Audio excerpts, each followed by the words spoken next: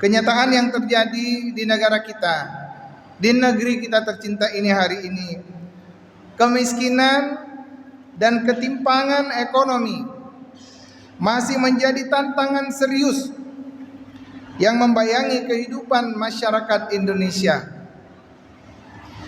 Menurut Bank Dunia, nah ini bukan menurut Indonesia dulu, menurut Bank Dunia, bahwa sekitar 60,3% penduduk Indonesia atau sekitar 171,8 juta jiwa hidup di bawah garis kemiskinan internasional. Bukan kemiskinan Indonesia, bukan kemiskinan Aceh, tapi garis kemiskinan internasional. Ini lebih dari separuh penduduk Indonesia dianggap di bawah garis kemiskinan internasional.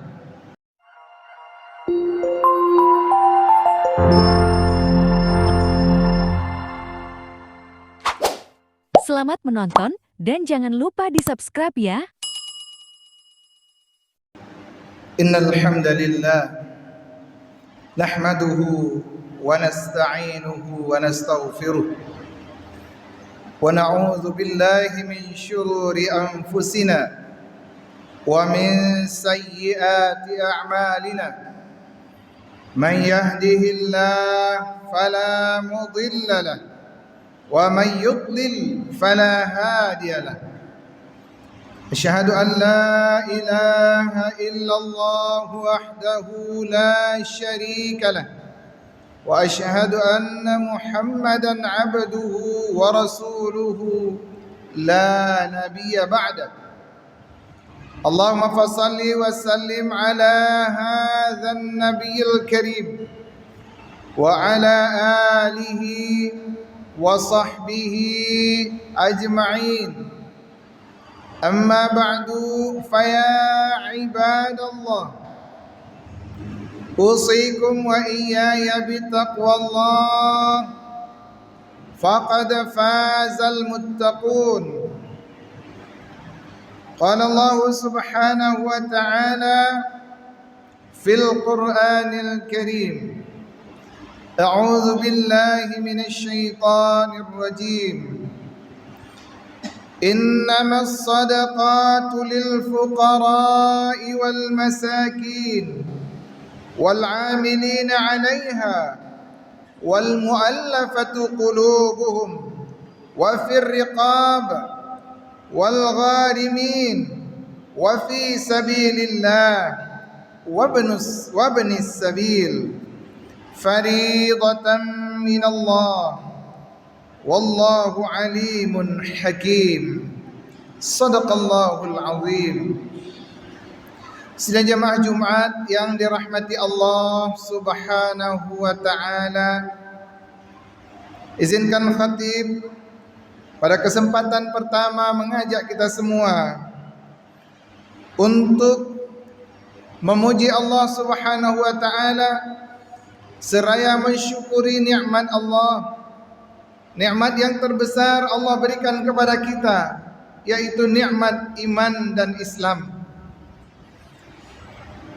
Kemudian khatib mengajak kita meningkatkan ketakwaan kepada Allah subhanahu wa ta'ala dengan sebenar-benarnya takwa, yaitu menjalankan segala perintah Allah subhanahu wa ta'ala dengan penuh cinta dan meninggalkan larangan-larangan Allah subhanahu wa ta'ala juga dengan penuh cinta kepada Allah subhanahu wa ta'ala.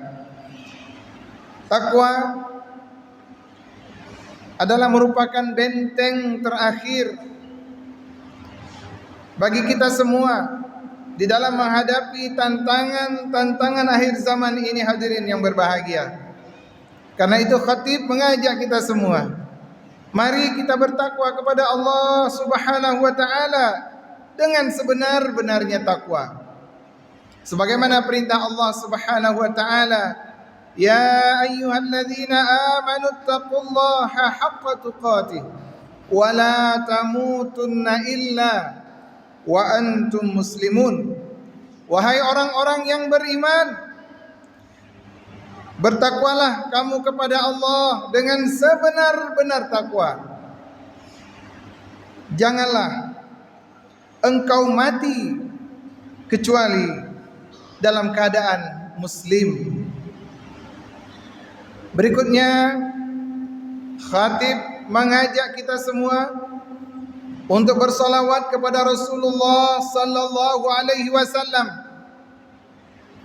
Rasulullah menyebut namanya saja, hati kita bergetar, hati kita, jiwa kita terenyuh membayangkan cinta kasih Rasulullah sallallahu alaihi wasallam kepada kita.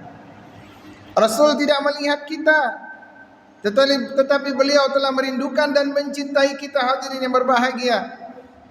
Rasul tidak melihat kita, tetapi di akhirat kelak kita menunggu syafaatnya, hadirin yang berbahagia.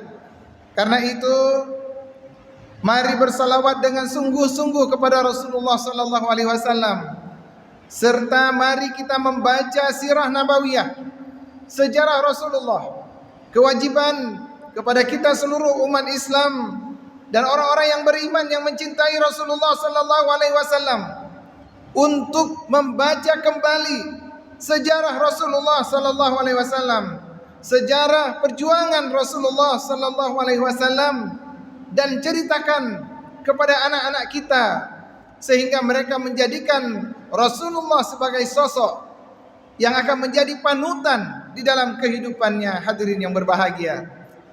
Sidang jemaah yang mulia, kebetulan pada waktu ini adalah saat-saat yang sangat luar biasa. Di saat beberapa orang yang dipilih oleh Allah Subhanahu wa taala, 221.000 penduduk Indonesia, itu lebih kurang itu dipilih oleh Allah untuk berangkat ke tanah suci. Saat ini gelombang pertama sudah memasuki Madinatul Munawwarah. Dan sebagian mungkin sudah ada kloter 1 itu sudah berangkat dari Madinah ke Mekah, ke Makkatul Mukarramah. Dan kita di Aceh gelombang kedua, hadirin, akan berangkat mulai tanggal 17 besok, hari Sabtu pagi subuh masuk ke asrama haji dan berangkat tanggal 18 menuju langsung ke Makkatul Mukarramah atau melalui bandara Jeddah. InsyaAllah dengan izin Allah, khatib juga tahun ini terpilih sebagai salah satu petugas haji daerah yang akan membawa kloter 9 masyarakat jamaah haji dari Biren. Kebetulan kampung halaman juga. Mohon doa dari hadirin semuanya, semoga kami bisa menjalankan tugas dan amanah ini. Kami wajib memastikan makbulnya haji dari 393 jamaah. Kalau mabrur itu hubungannya dengan Allah Subhanahu wa taala. Tapi kalau kami memastikan makbul, artinya terpenuhi seluruh syarat, terpenuhi rukun, wajib dan sunat-sunatnya pelaksanaan ibadah haji. Itu yang kami pastikan kepada 393 orang jamaah haji. Semoga Allah memberikan kami kekuatan dengan doa-doa Bapak semuanya. Sidang jamaah yang dirahmati Allah Subhanahu wa taala. Ibadah haji ini adalah salah satu ibadah harta. Jadi man istata'a ilaihi sabila, diwajibkan kepada orang yang memiliki kemampuan. Salah satu kemampuan adalah kemampuan ekonomi. Karena itu hadirin yang berbahagia, pada kesempatan ini khatib ingin mengangkat tema cara Islam mengentaskan kemiskinan. Kenapa perlu melihat tema ini, hadirin yang berbahagia? Kenyataan yang terjadi di negara kita, di negeri kita tercinta ini hari ini, kemiskinan dan ketimpangan ekonomi masih menjadi tantangan serius yang membayangi kehidupan masyarakat Indonesia. Menurut Bank Dunia, nah ini bukan menurut Indonesia dulu, menurut Bank Dunia, bahwa sekitar 60,3% penduduk Indonesia atau sekitar 171,8 juta jiwa hidup di bawah garis kemiskinan internasional. Bukan kemiskinan Indonesia, bukan kemiskinan Aceh, tapi garis kemiskinan internasional. Ini lebih dari separuh penduduk Indonesia dianggap di bawah garis kemiskinan internasional, yaitu 171,8 juta jiwa. Berapa standarnya? Standar per kapita pendapatan per hari ditentukan oleh internasional adalah 6,85 US dollar. Sementara untuk Indonesia dianggap oleh dunia ini bahwa kita adalah negara berpendapatan menengah atas. Jadi seperti Indonesia ini masuk menengah atas. Ada standar namanya GNI, Gross National Income, pendapatan per orang setiap hari, setiap bulan, setiap tahun. Ini diatur di dunia. Kalau di bawah angka ini maka dia di bawah garis kemiskinan. Angkanya berapa? Ditentukan GNI itu per kapita adalah 4.870 US dollar. Nah, kenapa juga berbeda dengan Indonesia? Di Indonesia dikatakan orang miskin sudah tidak ada lagi. Sementara Badan Pusat Statistik Nasional atau BPS yang kita kenal menyatakan mencatat tingkat angka kemiskinan di Indonesia itu 8,57%. Jauh sekali ya. Atau sekitar berapa? 24,06 juta jiwa. Jauh dengan data internasional 171,8 juta jiwa dianggap berada di bawah garis kemiskinan internasional. Sidang jemaah yang mulia, memang perbedaan ini diakui oleh Kepala Badan Statistik Nasional kita, yaitu Amalia Adininggar Widya Santi, menyatakan bahwa perbedaan ini adalah wajar karena beda cara menghitung tingkat kesejahteraan. Hadirin yang berbahagia, selain dari persoalan kemiskinan, di Indonesia juga menghadapi ketimpangan ekonomi yang mencolok. Apa ketimpangannya, hadirin yang berbahagia? Global Inequality Report tahun 2022 menempatkan Indonesia sebagai negara ke-6 dengan ketimpangan kekayaan tertinggi di dunia. Jadi kita termasuk 6 negara, ranking 6 kita, tertinggi ketimpangan. Arti ketimpangan apa? Ada 4 orang terkaya di Indonesia dari total memiliki kekayaan lebih dari sebesar total kekayaan 100 juta penduduk miskin Indonesia. Jadi 100 juta penduduk miskin Indonesia dikumpul, hartanya itu sama dengan 4 orang terkaya di Indonesia. Itu disebut ketimpangan yang sangat besar.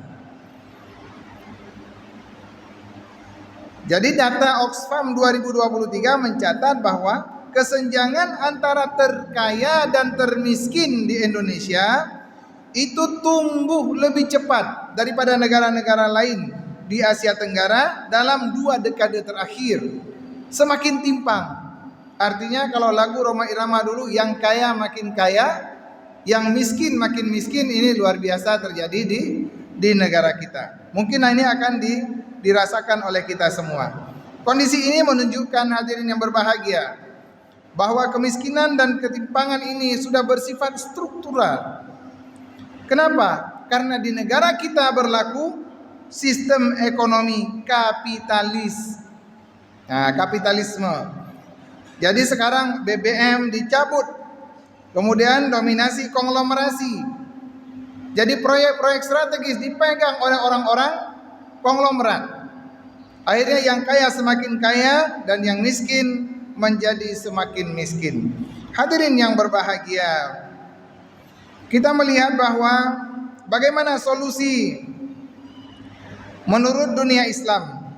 Bagaimana Islam memberikan solusi terhadap cara mengentaskan kemiskinan ini. Dalam Islam ada 4 tahapan. Yang pertama, pengaturan kepemilikan yang adil. Al-Quran menegaskan bahwa harta tidak boleh beredar di antara orang kaya saja. Firman Allah Subhanahu wa taala, "Kaila yakuna dulatan bainal aghniya'i minkum." Ini surat Al-Hasyr ayat 7. Agar harta itu tidak hanya beredar di antara orang-orang kaya saja di antara kalian.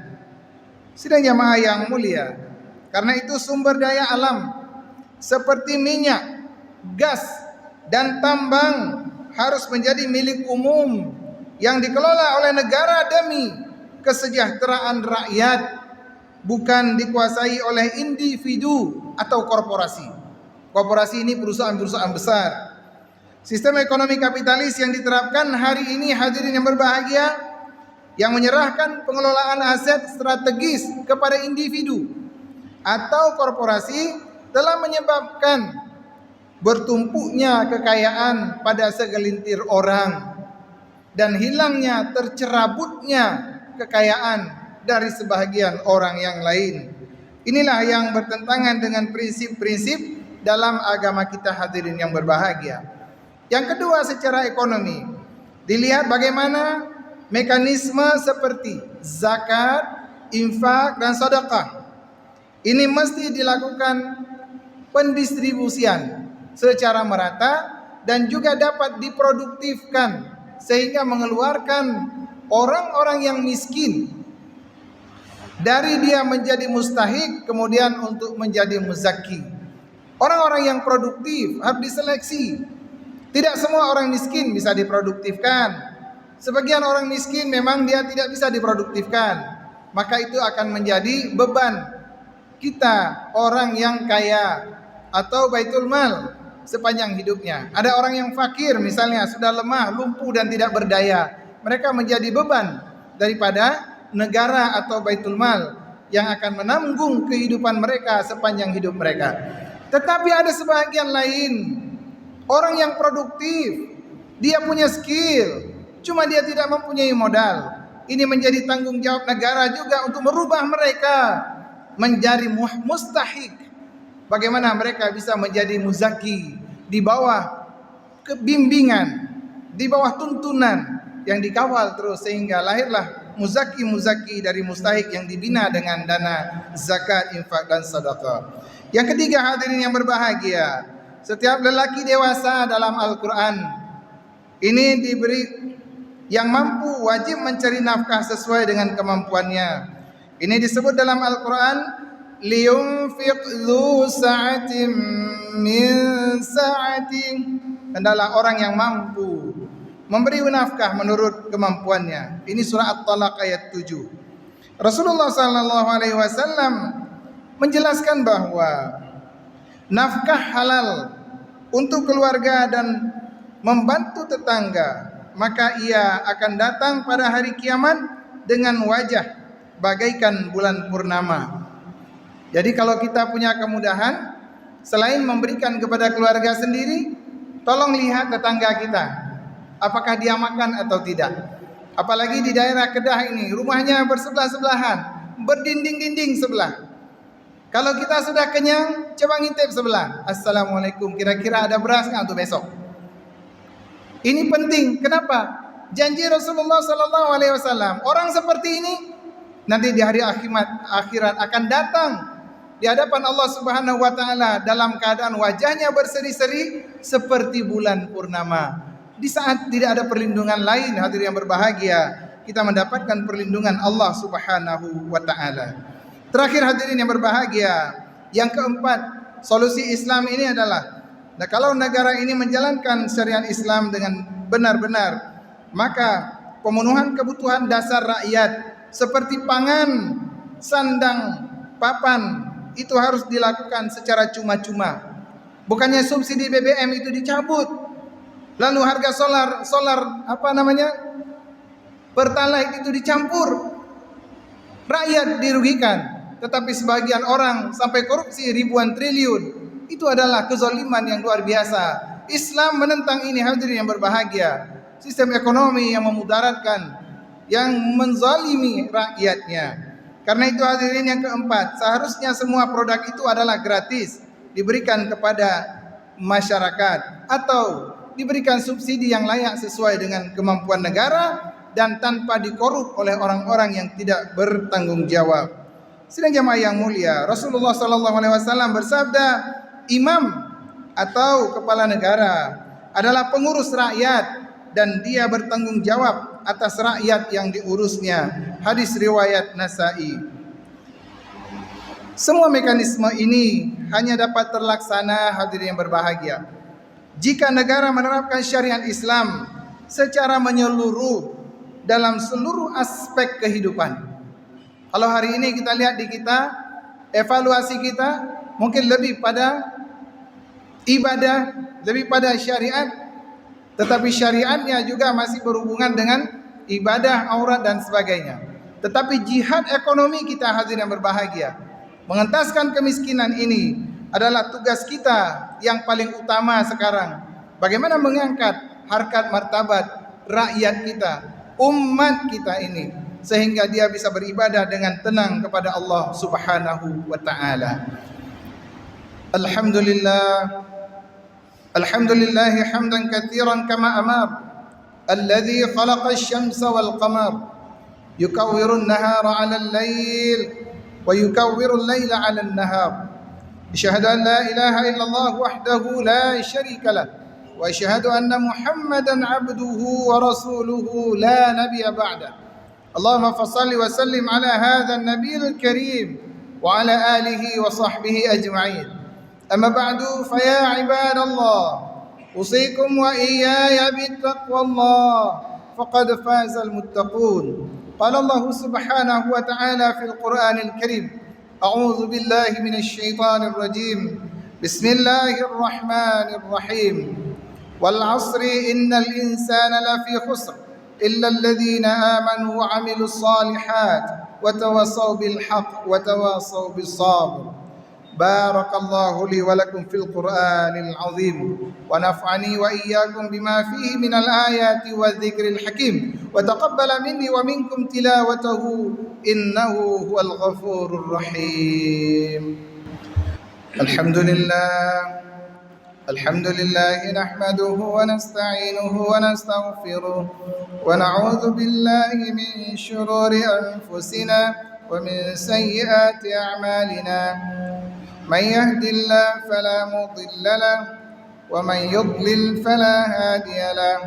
أشهد أن لا إله إلا الله وحده لا شريك له وأشهد أن محمدا عبده ورسوله لا نبي بعده. اللهم فصل وسلم على هذا النبي الكريم وعلى آله وصحبه أجمعين. أما بعد، فيا عباد الله، اتقوا الله حق تقاته ولا تموتن إلا وأنتم مسلمون. قال الله سبحانه وتعالى في القرآن الكريم: أعوذ بالله من الشيطان الرجيم. بسم الله الرحمن الرحيم. إنا أعطيناك الكوثر فصل لربك وانحر إن شانئك هو الأبتر. إن الله وملائكته يصلون على النبي يا أيها الذين آمنوا صلوا عليه وسلموا تسليما. اللهم صل على محمد وعلى آل محمد كما صليت على إبراهيم وعلى آل إبراهيم في العالمين إنك حميد مجيد. اللهم اغفر للمؤمنين والمؤمنات والمسلمين والمسلمات الأحياء منهم والأموات برحمتك يا أرحم الراحمين. ربنا لا تؤاخذنا إن نسينا أو أخطأنا، ربنا ولا تحمل علينا إصرا كما حملته على الذين من قبلنا، ربنا ولا تحملنا ما لا طاقة لنا به، واعف عنا واغفر لنا وارحمنا أنت مولانا فانصرنا على القوم الكافرين. ربنا آتنا في الدنيا حسنة وفي الآخرة حسنة وقنا عذاب النار. عباد الله، إن الله يأمر بالعدل والإحسان وإيتاء ذي القربى وينهى عن الفحشاء والمنكر والبغي يعظكم لعلكم تذكرون. فاذكروا الله العظيم يذكركم واسألوه من فضله يعطيكم ولذكر الله أكبر.